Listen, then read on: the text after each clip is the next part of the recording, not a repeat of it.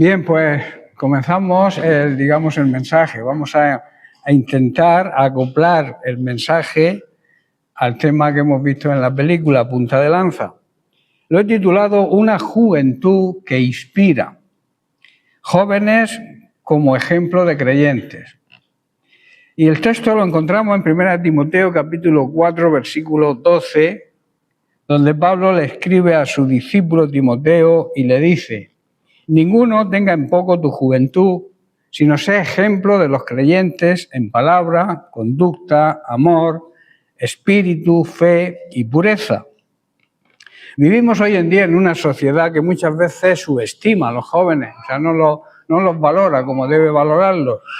Se piensa que la juventud es símbolo de inmadurez, de irresponsabilidad o de superficialidad.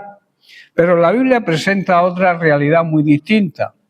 Dios usa poderosamente a los jóvenes, desea usar poderosamente a los jóvenes. Hay muchos ejemplos bíblicos donde Dios los ha usado. Tenemos el ejemplo de David, que era joven cuando derrotó a Goliat, era un chaval.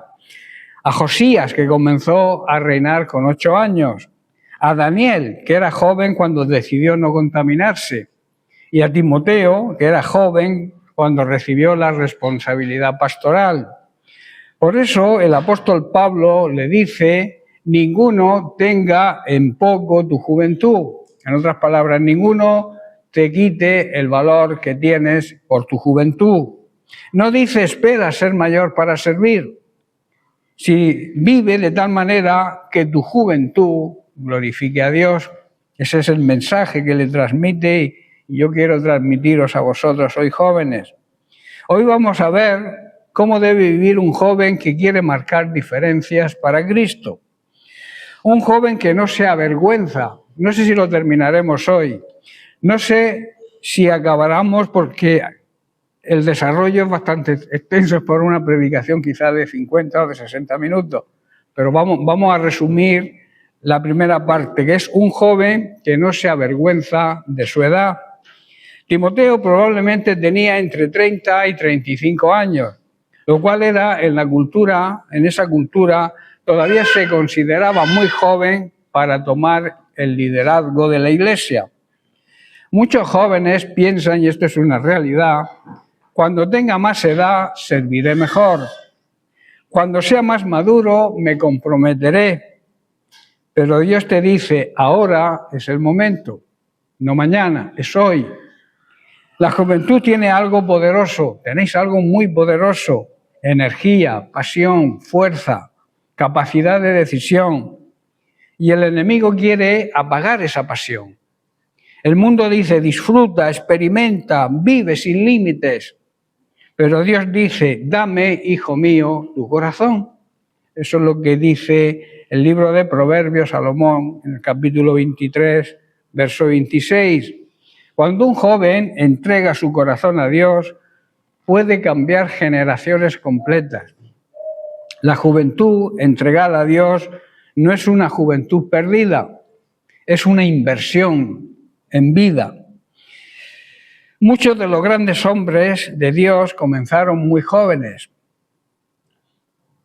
Y yo quisiera hablar ahora precisamente de Jean Elliott, el joven que murió a los 28 años en esta tribu que hemos visto en la película. Y él tenía una frase, o dejó para la historia una frase muy poderosa. Él decía: no es tonto quien da lo que no puede retener, o sea, la vida física, para ganar lo que no puede perder, que es la vida eterna. Murió joven, pero su vida impactó al mundo. ¿Quién fue Jean Elliott? Jean Elliott fue un misionero cristiano estadounidense, o sea, de Estados Unidos, conocido por su profunda entrega a Dios y por su deseo de llevar el evangelio a pueblos que nunca lo habían escuchado. Su vida se convirtió en un ejemplo de consagración, valentía y sacrificio por Cristo. Su vida y su llamado. Jean Elliott nació el 8 de octubre de 1927, el siglo pasado, en Portland, Oregón, en una familia cristiana. Desde muy joven mostró un fuerte deseo de servir a Dios. Mientras estudiaba en la universidad, sintió el llamado de Dios a ser misionero en pueblos no alcanzados. Decía con frecuencia que su deseo era vivir de tal manera que cada día cuente para la eternidad. Después de terminar sus estudios, decidió ir como misionero a Sudamérica, especialmente a Ecuador. Su misión entre una tribu que no estaba alcanzada por el Evangelio todavía, era una tribu salvaje, como hemos visto. Jean Elliot y otros 4 misioneros sintieron una carga especial por esa tribu indígena, muy aislada y conocida como los Uraorani. ¿Habéis oído? Cuesta decir esa palabra. También llamados Aucas. Era una tribu famosa por ser muy violenta y completamente aislada del mundo exterior. Los 5 misioneros comenzaron a orar por ellos, a aprender sobre su cultura, a intentar establecer contacto pacífico con ellos. Su muerte, el 8 de enero de 1956, después de varios intentos de acercamiento, los 5 misioneros tuvieron un encuentro con algunos miembros de la tribu. Trágicamente fueron atacados y asesinados por los guerreros de esta tribu.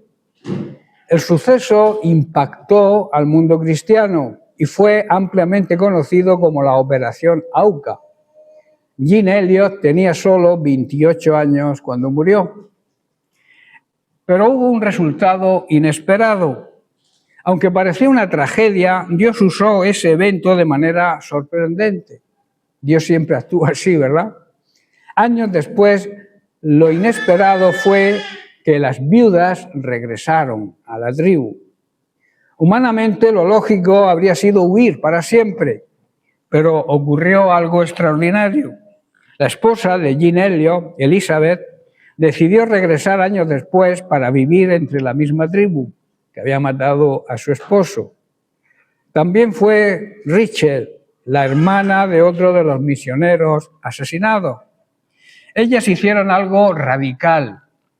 Aprendieron el idioma de la tribu, volvieron con ellos, les hablaron del Evangelio y la tribu quedó profundamente impactada porque nunca habían visto un perdón semejante.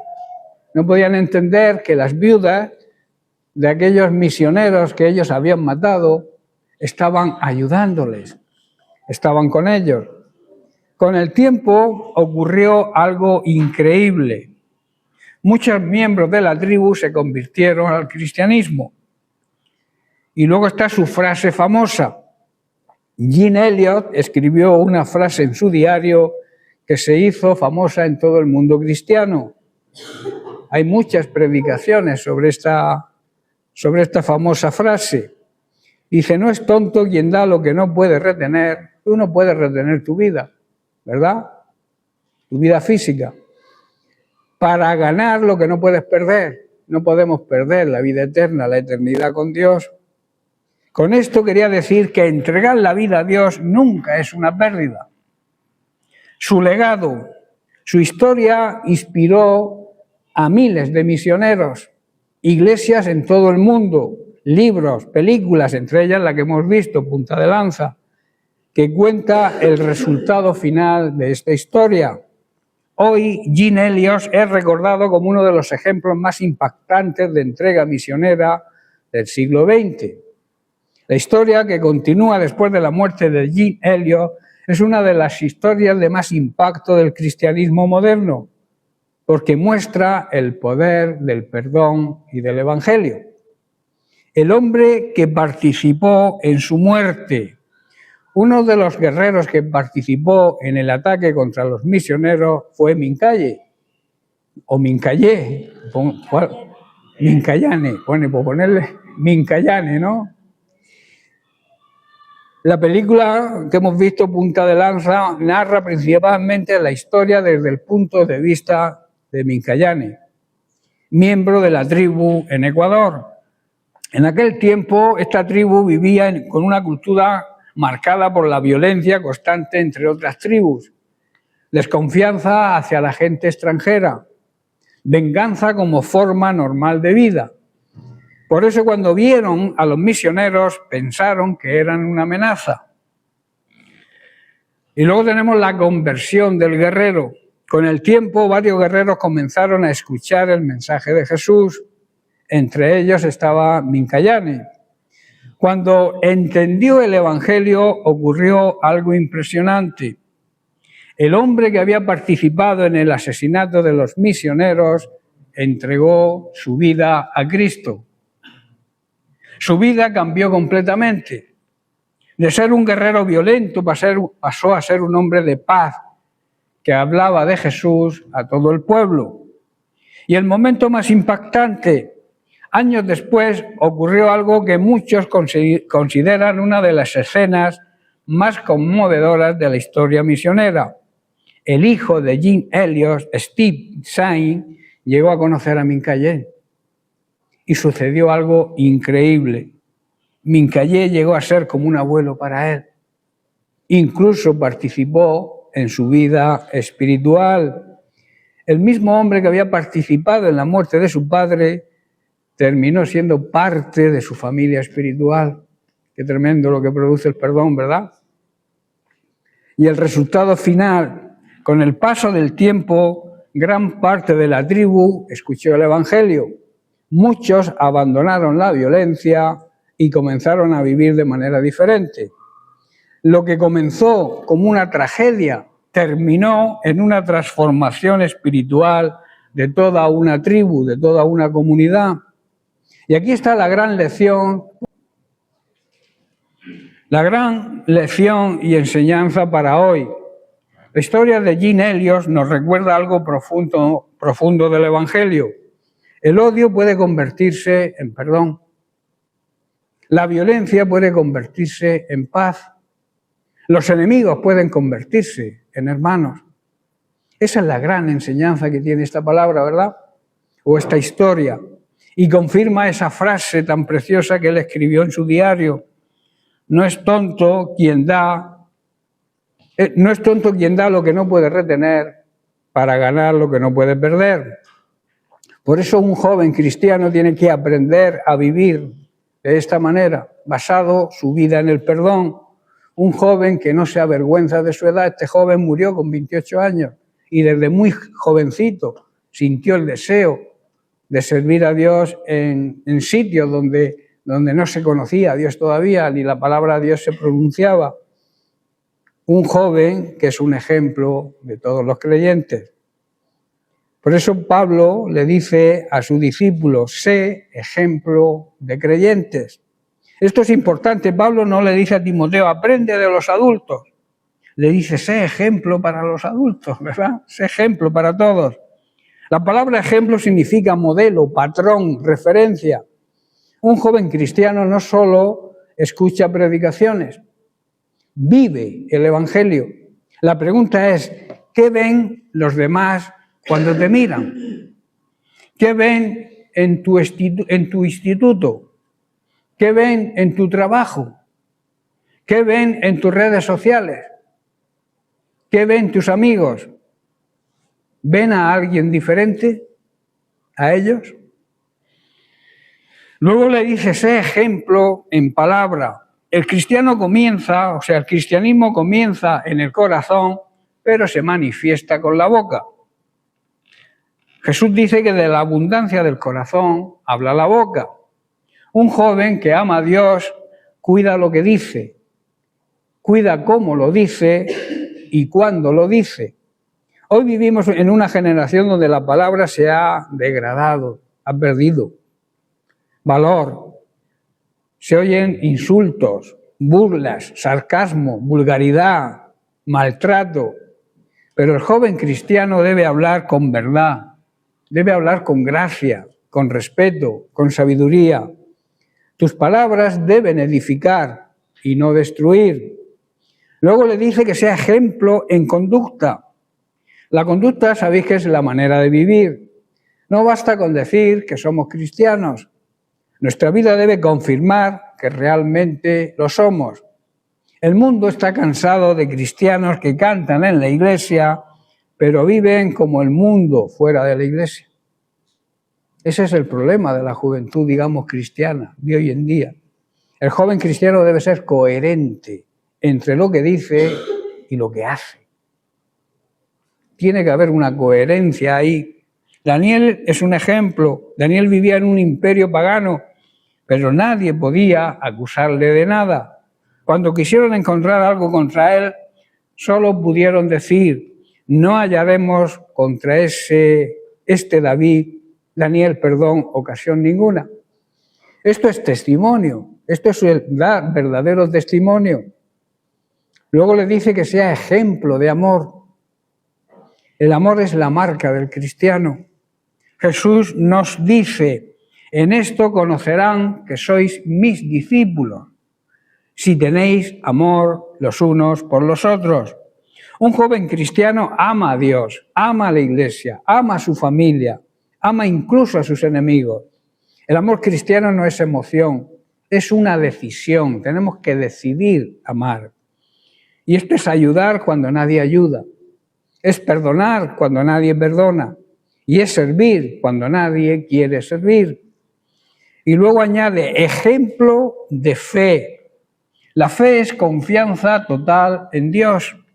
Muchos jóvenes confían en sus talentos, en su inteligencia, en sus planes, pero el cristiano aprende a confiar plenamente en Dios.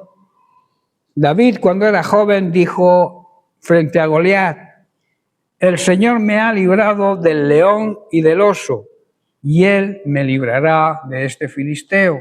Eso es fe completa, fe plena, confianza plena en Dios.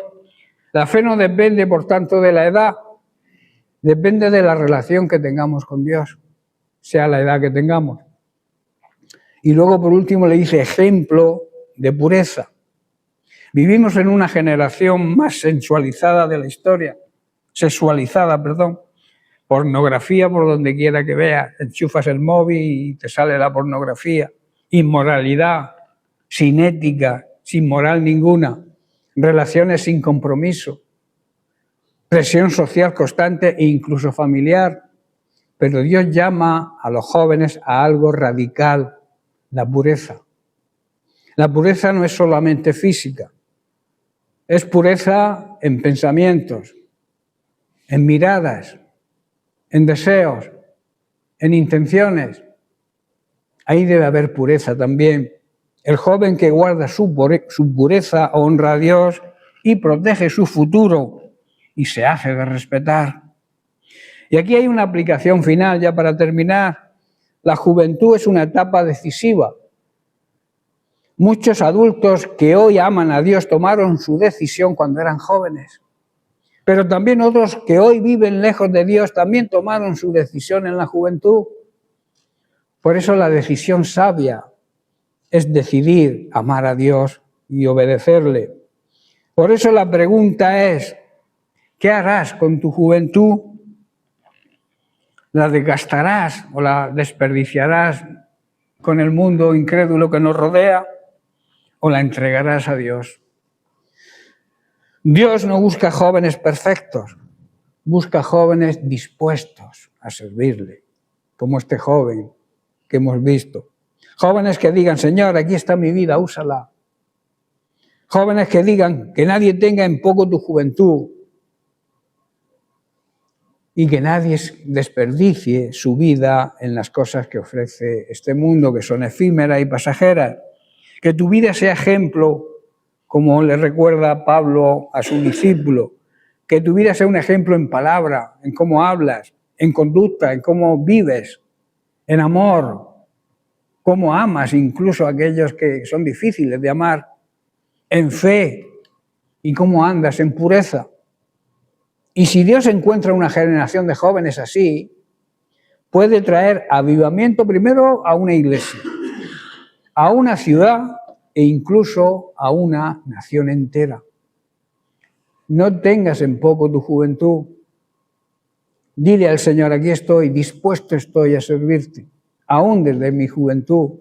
No te creas poca cosa porque eres joven. Como hemos visto, hay muchos ejemplos bíblicos de que Dios usa a los jóvenes grandemente. Que tú seas uno de ellos. Amén.